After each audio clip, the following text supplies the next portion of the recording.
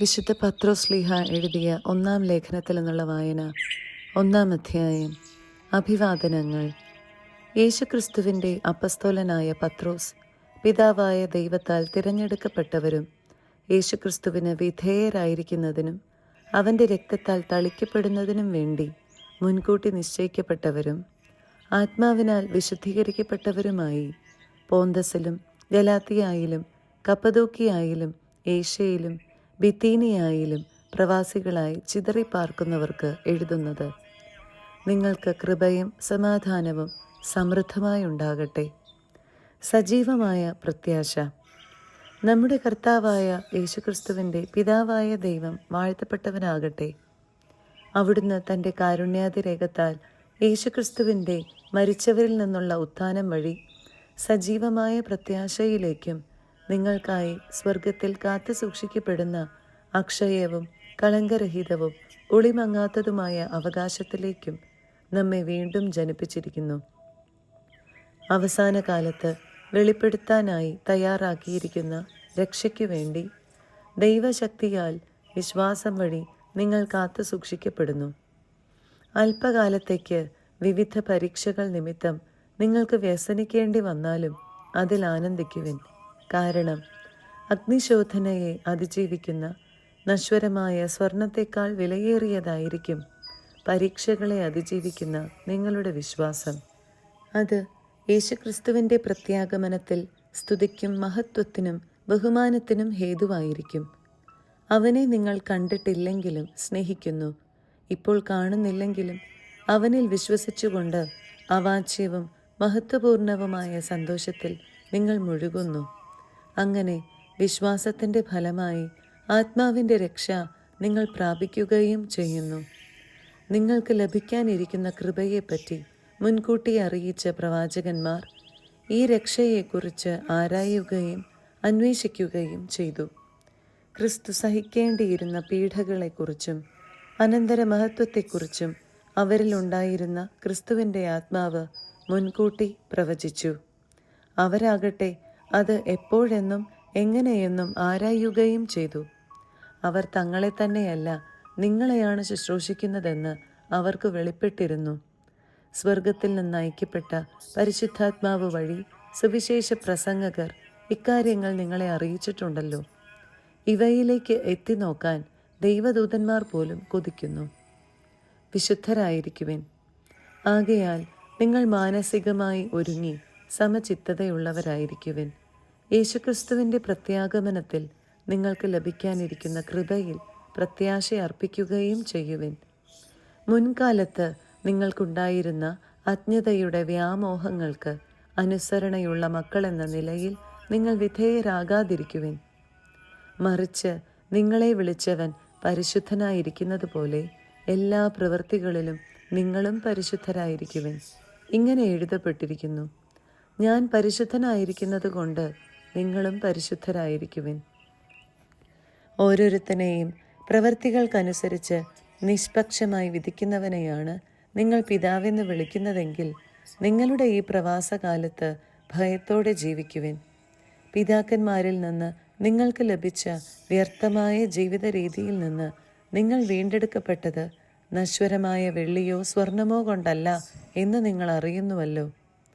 കറയോ കളങ്കമോ ഇല്ലാത്ത കുഞ്ഞാടിൻ്റേതുപോലുള്ള ക്രിസ്തുവിൻ്റെ അമൂല്യ രക്തം കൊണ്ടത്രേ. അവനാകട്ടെ ലോകസ്ഥാപനത്തിന് മുൻപ് തന്നെ നിയോഗിക്കപ്പെട്ടിരുന്നവനും ഈ അവസാന കാലത്ത് നിങ്ങൾക്കായി വെളിപ്പെടുത്തപ്പെട്ടവനുമാണ്. അവനെ മരിച്ചവരിൽ നിന്ന് ഉയർപ്പിക്കുകയും മഹത്വപ്പെടുത്തുകയും ചെയ്ത ദൈവത്തിൽ അവൻ മൂലം നിങ്ങൾ വിശ്വസിക്കുന്നു. അങ്ങനെ നിങ്ങളുടെ വിശ്വാസവും പ്രത്യാശയും ദൈവത്തിലായിരിക്കുകയും ചെയ്യുന്നു. സത്യത്തോടുള്ള വിധേയത്വം വഴി നിഷ്കപടമായ സഹോദര സ്നേഹത്തിനായി നിങ്ങളുടെ ആത്മാവ് പവിത്രീകരിക്കപ്പെട്ടിരിക്കുന്നു. നിങ്ങൾ ഹൃദയപൂർവകമായും ഗാഢമായും പരസ്പരം സ്നേഹിക്കുവിൻ. നിങ്ങൾ വീണ്ടും ജനിച്ചിരിക്കുന്നത് നശ്വരമായ ബീജത്തിൽ നിന്നല്ല, അനശ്വരമായ ബീജത്തിൽ നിന്നാണ്, സജീവവും സനാതനവുമായ ദൈവവചനത്തിൽ നിന്ന്. എന്തെന്നാൽ മനുഷ്യരെല്ലാം പുൽക്കൊടിക്ക് തുല്യരാണ്.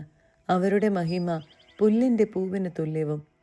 പുൽക്കൊടികൾ വാടിക്കരിയുന്നു, പൂക്കൾ കൊടിഞ്ഞു വീഴുന്നു, എന്നാൽ കർത്താവിൻ്റെ വചനം നിത്യം നിലനിൽക്കുന്നു.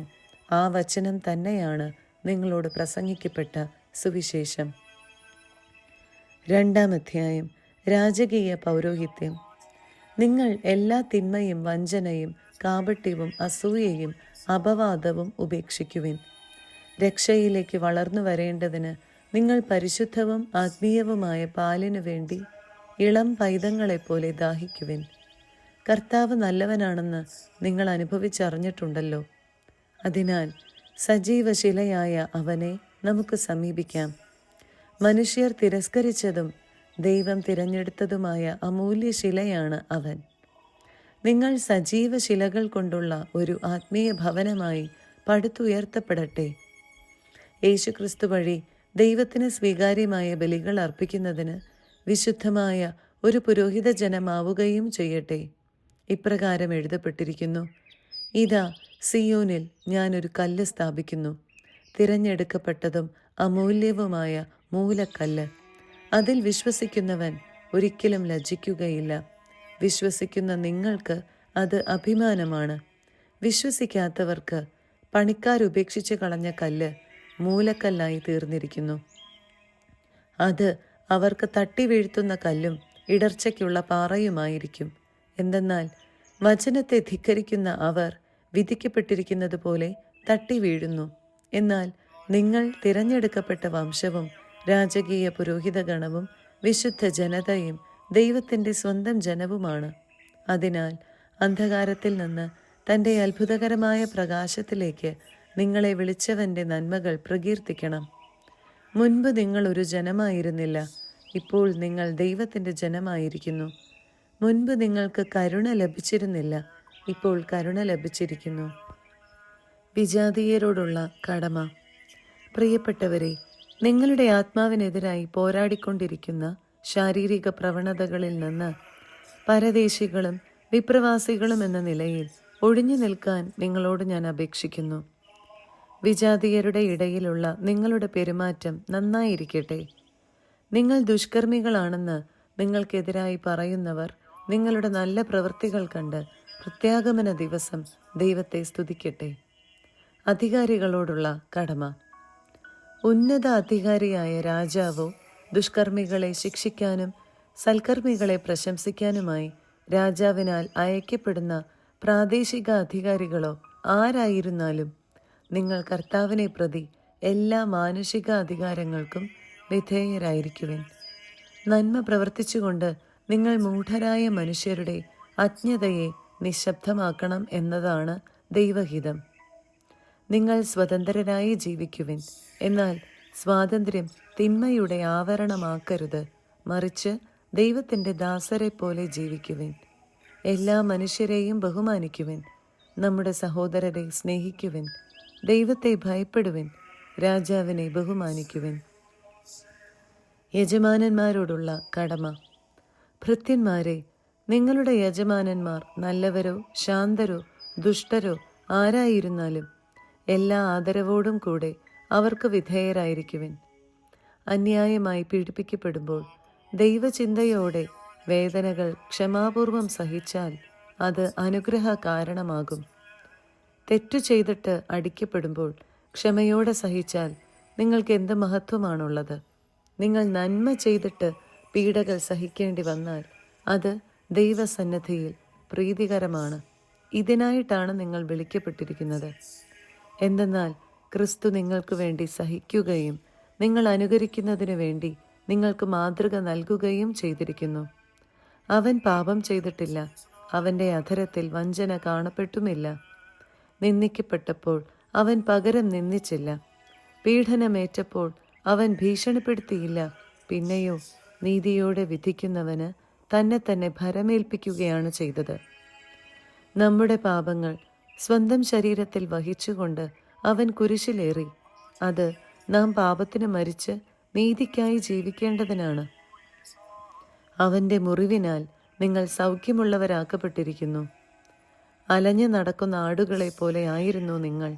എന്നാൽ ഇപ്പോൾ നിങ്ങൾ നിങ്ങളുടെ ഇടയനും പാലകനുമായവൻ്റെ അടുത്തേക്ക് മടങ്ങി വന്നിരിക്കുന്നു. 3-ാം അധ്യായം. ദമ്പതിമാരുടെ കടമ. ഭാര്യമാരെ, നിങ്ങൾ ഭർത്താക്കന്മാർക്ക് വിധേയരായിരിക്കുവിൻ. വചനം അനുസരിക്കാത്ത ആരെങ്കിലും ഉണ്ടെങ്കിൽ അവരെ വാക്കുകൊണ്ടല്ല, പെരുമാറ്റം കൊണ്ട് വിശ്വാസത്തിലേക്ക് ആനയിക്കാൻ ഭാര്യമാർക്ക് കഴിയും. അവർ നിങ്ങളുടെ ആദരപൂർവകവും നിഷ്കളങ്കവുമായ പെരുമാറ്റം കാണുന്നത് മൂലമാണ് ഇത് സാധ്യമാവുക. ബാഹ്യമോടികളായ പിന്നിയ മുടിയോ സ്വർണ്ണാഭരണമോ വിശേഷ വസ്ത്രങ്ങളോ അല്ല നിങ്ങളുടെ അലങ്കാരം. പിന്നെയോ ദൈവസന്നിധിയിൽ വിശിഷ്ടമായ സൗമ്യവും ശാന്തവുമായ ആത്മാവാകുന്ന അനശ്വര രത്നം അണിഞ്ഞ ആന്തരിക വ്യക്തിത്വമാണ്. ദൈവത്തിൽ പ്രത്യാശ വച്ചിരുന്ന വിശുദ്ധ സ്ത്രീകൾ മുൻപ് ഇപ്രകാരം തങ്ങളെ തന്നെ അലങ്കരിക്കുകയും തങ്ങളുടെ ഭർത്താക്കന്മാർക്ക് വിധേയരായിരിക്കുകയും ചെയ്തിട്ടുണ്ട്. സാറ അബ്രാഹത്തെ നാഥ എന്ന് വിളിച്ചുകൊണ്ട് അനുസരിച്ചിരുന്നല്ലോ. നന്മ ചെയ്യുകയും ഒന്നിനെയും ഭയപ്പെടാതിരിക്കുകയും ചെയ്താൽ നിങ്ങൾ അവളുടെ മക്കളാകും. ഇങ്ങനെ തന്നെ ഭർത്താക്കന്മാരെ, നിങ്ങൾ വിവേകത്തോടെ നിങ്ങളുടെ ഭാര്യമാരോടൊത്ത് ജീവിക്കുവിൻ. സ്ത്രീ ബലഹീന പാത്രമാണെങ്കിലും ജീവദായകമായ കൃപയ്ക്ക് തുല്യ അവകാശിനി എന്ന നിലയിൽ അവളോട് ബഹുമാനം കാണിക്കുവിൻ. ഇത് നിങ്ങളുടെ പ്രാർത്ഥനയ്ക്ക് തടസ്സമുണ്ടാകാതിരിക്കാൻ വേണ്ടിയാണ്. സഹോദരരോടുള്ള കടമ. അവസാനമായി, നിങ്ങളെല്ലാവരും ഹൃദയൈക്യവും അനുകമ്പയും സഹോദര സ്നേഹവും കരുണയും വിനയവും ഉള്ളവരായിരിക്കുവിൻ. തിന്മയ്ക്ക് തിന്മയോ നിന്ദനത്തിന് നിന്ദനമോ പകരം കൊടുക്കാതെ അനുഗ്രഹിക്കുവിൻ. അനുഗ്രഹം അവകാശമാക്കുന്നതിനു വേണ്ടി വിളിക്കപ്പെട്ടിരിക്കുന്നവരാണല്ലോ നിങ്ങൾ. ജീവിതത്തെ സ്നേഹിക്കുകയും നല്ല ദിവസങ്ങൾ കാണാൻ ആഗ്രഹിക്കുകയും ചെയ്യുന്നവൻ തിന്മയിൽ നിന്ന് തൻ്റെ നാവിനെയും വ്യാജം പറയുന്നതിൽ നിന്ന് തൻ്റെ അധരത്തെയും നിയന്ത്രിക്കട്ടെ. അവൻ തിന്മയിൽ നിന്ന് പിന്തിരിഞ്ഞ് നന്മ ചെയ്യട്ടെ. സമാധാനം അന്വേഷിക്കുകയും അതിനായി പരിശ്രമിക്കുകയും ചെയ്യട്ടെ. എന്തെന്നാൽ കർത്താവിൻ്റെ കണ്ണുകൾ നീതിമാന്മാരുടെ നേരെയും അവിടുത്തെ ചെവികൾ അവരുടെ പ്രാർത്ഥനകളുടെ നേരെയും തുറന്നിരിക്കുന്നു. എന്നാൽ തിന്മ പ്രവർത്തിക്കുന്നവരിൽ നിന്ന് അവിടുന്ന് മുഖം തിരിച്ചിരിക്കുന്നു. പീഡനത്തോടുള്ള സമീപനം. നന്മ ചെയ്യുന്നതിൽ നിങ്ങൾ തീക്ഷ്ണതയുള്ളവരാണെങ്കിൽ നിങ്ങളെ ഉപദ്രവിക്കാൻ ആർക്കു കഴിയും? നീതിക്കു വേണ്ടി കഷ്ടതകൾ സഹിക്കേണ്ടി വന്നാൽ നിങ്ങൾ ഭാഗ്യവാന്മാർ. അവരുടെ ഭീഷണി നിങ്ങൾ ഭയപ്പെടേണ്ട, നിങ്ങൾ അസ്വസ്ഥരാവുകയും വേണ്ട. ക്രിസ്തുവിനെ കർത്താവായി നിങ്ങളുടെ ഹൃദയത്തിൽ പൂജിക്കുവിൻ. നിങ്ങൾക്കുള്ള പ്രത്യാശയെപ്പറ്റി വിശദീകരണം ആവശ്യപ്പെടുന്ന ഏവരോടും മറുപടി പറയാൻ സദാ സന്നദ്ധരായിരിക്കുവിൻ. എന്നാൽ അത് ശാന്തതയോടും ബഹുമാനത്തോടും കൂടെ ആയിരിക്കട്ടെ. നിങ്ങളുടെ മനസാക്ഷിയെ നിർമ്മലമായി സൂക്ഷിക്കുവിൻ. ക്രിസ്തുവിലുള്ള നിങ്ങളുടെ നല്ല പെരുമാറ്റത്തെ ദുഷിച്ചു പറയുന്നവർ അങ്ങനെ ലജ്ജിതരായി തീരും. നന്മ പ്രവർത്തിച്ചിട്ട് കഷ്ടത അനുഭവിക്കുക എന്നതാണ് ദൈവഹിതമെങ്കിൽ അതാണ് തിന്മ പ്രവർത്തിച്ചിട്ട് കഷ്ടത അനുഭവിക്കുക എന്നതിനേക്കാൾ നല്ലത്. എന്തുകൊണ്ടെന്നാൽ ക്രിസ്തു തന്നെയും പാപങ്ങൾക്കു വേണ്ടി ഒരിക്കൽ മരിച്ചു. അത് നീതിരഹിതർക്കു വേണ്ടിയുള്ള നീതിമാന്റെ മരണമായിരുന്നു. ശരീരത്തിൽ മരിച്ച് ആത്മാവിൽ ജീവൻ പ്രാപിച്ചുകൊണ്ട് നിങ്ങളെ ദൈവസന്നിധിയിൽ എത്തിക്കുന്നതിന് വേണ്ടിയായിരുന്നു അത്. ആത്മാവോടു കൂടെ ചെന്ന് അവൻ ബന്ധനസ്ഥരായ ആത്മാക്കളോട് സുവിശേഷം പ്രസംഗിച്ചു. അവരാകട്ടെ നോഹിന്റെ കാലത്ത് പെട്ടകം പണിയപ്പെട്ടപ്പോൾ ക്ഷമാപൂർവം കാത്തിരുന്ന ദൈവത്തെ അനുസരിക്കാത്തവരായിരുന്നു. ആ പെട്ടകത്തിൽ ഉണ്ടായിരുന്ന 8 പേർ മാത്രമേ ജലത്തിലൂടെ രക്ഷ പ്രാപിച്ചുള്ളൂ. അതിൻ്റെ സാദൃശ്യമുള്ള ജ്ഞാനസ്നാനം ഇപ്പോൾ നിങ്ങളെ രക്ഷിക്കുന്നു. അത് നിങ്ങളുടെ ശരീരത്തിലെ മാലിന്യത്തിൻ്റെ നിർമ്മാർജ്ജനമല്ല, മറിച്ച് ശുദ്ധ മനസാക്ഷിക്കായി യേശുക്രിസ്തുവിൻ്റെ ഉത്ഥാനം വഴി ദൈവത്തോട് നടത്തുന്ന പ്രാർത്ഥനയാണ്. യേശുക്രിസ്തുവാകട്ടെ സ്വർഗത്തിലേക്ക് പ്രവേശിച്ച് ദൈവത്തിൻ്റെ വലത്തുഭാഗത്തിരിക്കുന്നു. ദൂതന്മാരും അധികാരങ്ങളും ശക്തികളും അവിടുത്തേക്ക് കീഴ്പ്പെട്ടുമിരിക്കുന്നു. 4-ാം അധ്യായം. ദൈവകൃപയുടെ കാര്യസ്ഥൻ. ശരീരത്തിൽ പീഡനമേറ്റ ക്രിസ്തുവിൻ്റെ മനോഭാവം നിങ്ങൾക്ക് ആയുധമായിരിക്കട്ടെ. എന്തെന്നാൽ ശരീരത്തിൽ സഹിച്ചിട്ടുള്ളവൻ പാപത്തോട് വിട വാങ്ങിയിരിക്കുന്നു. അവൻ ശരീരത്തിൽ ജീവിക്കുന്നിടത്തോളം കാലം മാനുഷിക വികാരങ്ങൾക്ക് അടിമപ്പെട്ടല്ല, ദൈവഹിതത്തിനൊത്താണ് ജീവിക്കുന്നത്.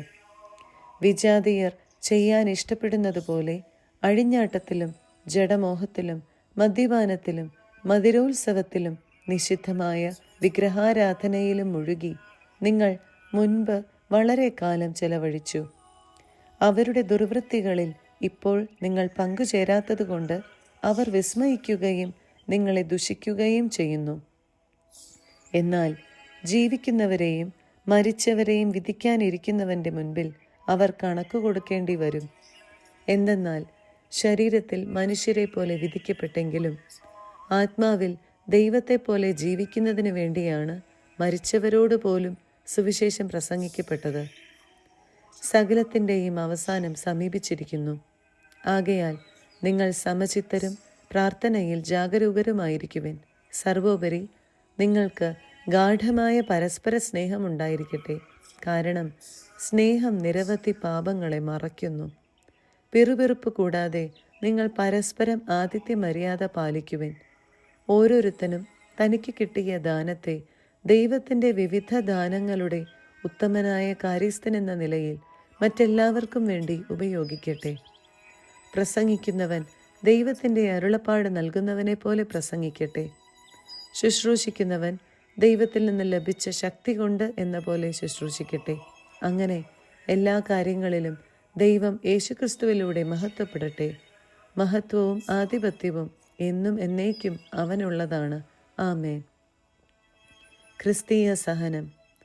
പ്രിയപ്പെട്ടവരെ, നിങ്ങളെ പരിശോധിക്കാനായി അഗ്നിപരീക്ഷകൾ ഉണ്ടാകുമ്പോൾ അപ്രതീക്ഷിതമായതെന്തോ സംഭവിച്ചാൽ എന്ന പോലെ പരിഭ്രമിക്കരുത്. ക്രിസ്തുവിൻ്റെ പീഡകളിൽ നിങ്ങൾ പങ്കുകാരാകുന്നതിൽ ആഹ്ലാദിക്കുവിൻ. അവൻ്റെ മഹത്വം വെളിപ്പെടുമ്പോൾ നിങ്ങൾ അത്യധികം ആഹ്ലാദിക്കും. ക്രിസ്തുവിൻ്റെ നാമം നിമിത്തം നിന്ദിക്കപ്പെട്ടാൽ നിങ്ങൾ ഭാഗ്യവാന്മാർ. എന്തെന്നാൽ മഹത്വത്തിൻ്റെ ആത്മാവ്, അതായത് ദൈവാത്മാവ് നിങ്ങളിൽ വസിക്കുന്നു.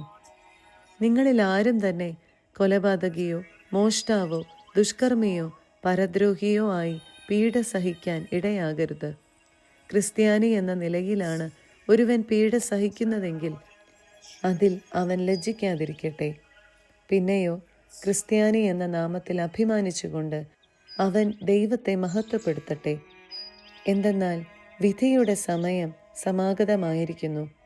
ദൈവത്തിൻ്റെ ഭവനത്തിലായിരിക്കും അത് ആരംഭിക്കുക.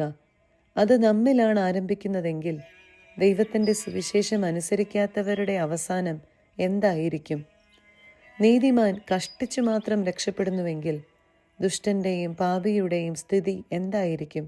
ആകയാൽ ദൈവഹിതമനുസരിച്ച് സഹിക്കുന്നവർ നന്മ ചെയ്തുകൊണ്ട് വിശ്വസ്തനായ സൃഷ്ടാവിന് തങ്ങളുടെ ആത്മാക്കളെ ഭരമേൽപ്പിക്കട്ടെ. 5-ാം അധ്യായം. ശ്രേഷ്ഠന്മാർക്ക് ഉപദേശം. ഒരു സഹശ്രേഷ്ഠനും ക്രിസ്തുവിൻ്റെ സഹനങ്ങളുടെ ദൃക്സാക്ഷിയും വെളിപ്പെടാനിരിക്കുന്ന മഹത്വത്തിൻ്റെ പങ്കുകാരനും എന്ന നിലയിൽ ഞാൻ നിങ്ങളുടെ ഇടയിലെ ശ്രേഷ്ഠന്മാരെ ഉപദേശിക്കുന്നു. നിങ്ങളെ ഏൽപ്പിച്ചിരിക്കുന്ന ദൈവത്തിൻ്റെ അജഗണത്തെ പരിപാലിക്കുവിൻ. അത് നിർബന്ധം മൂലമായിരിക്കരുത്. ദൈവത്തെ പ്രതി സന്മനസ്സോടെ ആയിരിക്കണം. ലാഭേച്ഛയോടെ ആയിരിക്കരുത്, തീക്ഷ്ണതയോടെ ആയിരിക്കണം. അജഗണത്തിൻ്റെ മേൽ ആധിപത്യം ചുമത്തിക്കൊണ്ടായിരിക്കരുത്, സന്മാതൃക നൽകിക്കൊണ്ടായിരിക്കണം. ഇടയന്മാരുടെ തലവൻ പ്രത്യക്ഷപ്പെടുമ്പോൾ മഹത്വത്തിൻ്റെ ഒളിമങ്ങാത്ത കിരീടം നിങ്ങൾക്ക് ലഭിക്കും. വിശ്വാസികൾക്ക് ഉപദേശം. അപ്രകാരം തന്നെ യുവാക്കന്മാരെ, നിങ്ങൾ ശ്രേഷ്ഠന്മാർക്ക് വിധേയരായിരിക്കുവിൻ. പരസ്പര വിനയത്തിൻ്റെ അങ്കി അണിയുവിൻ. ദൈവം അഹങ്കാരികളെ എതിർക്കുകയും വിനയമുള്ളവർക്ക് കൃപ നൽകുകയും ചെയ്യുന്നു. ദൈവത്തിൻ്റെ ശക്തമായ കരത്തിൻ കീഴിൽ നിങ്ങൾ താഴ്മയോടെ നിൽക്കുവിൻ. അവിടുന്ന് തക്ക സമയത്ത് നിങ്ങളെ ഉയർത്തിക്കൊള്ളും. നിങ്ങളുടെ ഉത്കണ്ഠകളെല്ലാം അവിടുത്തെ ഏൽപ്പിക്കുവിൻ. അവിടുന്ന് നിങ്ങളുടെ കാര്യത്തിൽ ശ്രദ്ധാലുവാണ്. നിങ്ങൾ സമചിത്തതയോടെ ഉണർന്നിരിക്കുവിൻ. നിങ്ങളുടെ ശത്രുവായ പിശാച് അലറുന്ന സിംഹത്തെപ്പോലെ ആരെ വിഴുങ്ങണമെന്ന് അന്വേഷിച്ചുകൊണ്ട് ചുറ്റി നടക്കുന്നു. വിശ്വാസത്തിൽ ഉറച്ചു നിന്നുകൊണ്ട് അവനെ എതിർക്കുവിൻ.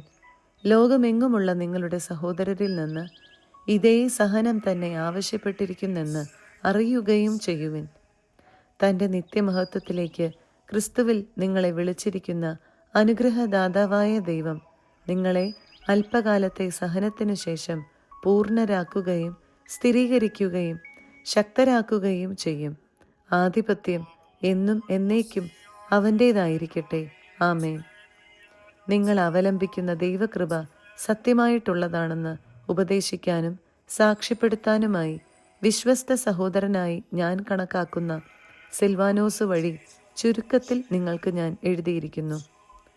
നിങ്ങളെപ്പോലെ തിരഞ്ഞെടുക്കപ്പെട്ട ബാബിലോണിലെ സഭയും എൻ്റെ പുത്രനായ മർക്കോസും നിങ്ങൾക്ക് വന്ദനം പറയുന്നു. സ്നേഹചുംബനം കൊണ്ട് നിങ്ങൾ പരസ്പരം അഭിവാദനം ചെയ്യുവിൻ. ക്രിസ്തുവിലായിരിക്കുന്ന നിങ്ങൾക്കെല്ലാവർക്കും സമാധാനം.